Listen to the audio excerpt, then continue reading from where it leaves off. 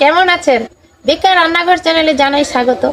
আমি আপনাদের কাছে একটি নতুন রেসিপি নিয়ে এসেছি, এঁচড়ের ঝোল।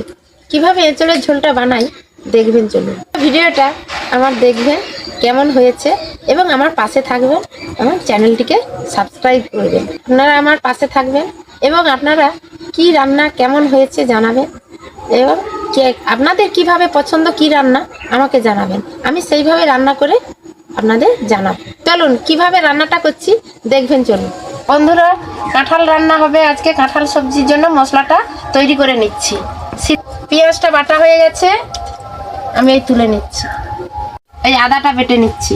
এই সামান্য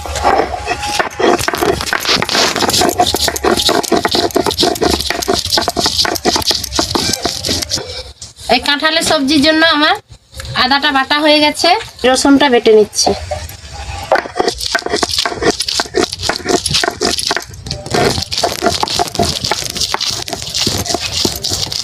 রসুনটা বাটা হয়ে গেছে, তুলে নিচ্ছি। এইটাকে বন্ধুরা দেখুন, এই কাঁঠালের ঝোলের জন্য আমি লঙ্কাটা বেটে নিচ্ছি। বাটা মশলার স্বাদ, তরকারির স্বাদ ভালো হয়, তাই আমি শিলে বেটে নিচ্ছি। মিক্সিতে বাটলে বাটা যায়, কিন্তু আমি শিলে বেটে নিচ্ছি।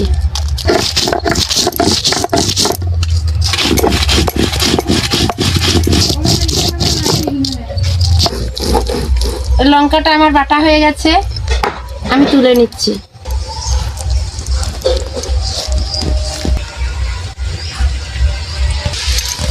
মশলাটা হয়ে গেছে আমার তৈরি করা, আমি এবার তুলে নিচ্ছি। শিলটাও ধুয়ে নিচ্ছি।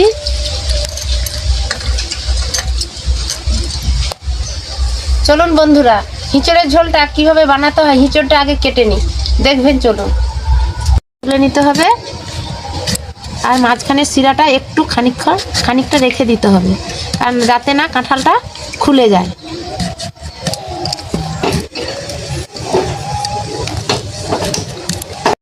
কাঁঠালের ঝোলের জন্য আমি হালকা করে আলু আর কাঁঠালটা সেদ্ধ করে নিচ্ছি, নুন আর হলদি দিয়ে। এই পরিমাণ মতো নুন দিয়ে দিচ্ছি,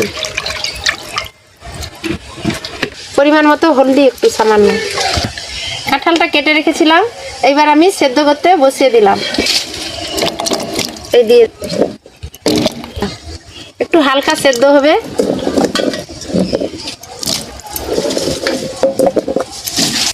আমি কাঁঠাল আর আলুটা সেদ্ধ করে নিয়েছিলাম। এইবার আমি কড়াটা গরম হয়ে গেছে, কড়াই তেল দিয়ে আমি কাঁঠাল আর আলুটা ভেজে নিচ্ছি। কড়াই তেল দিয়ে দিচ্ছি। এই কাঁঠালটা সেদ্ধ হয়েছে, সামান্য সেদ্ধ করেছি, এইবার তেলে আমি ভেজে নিচ্ছি।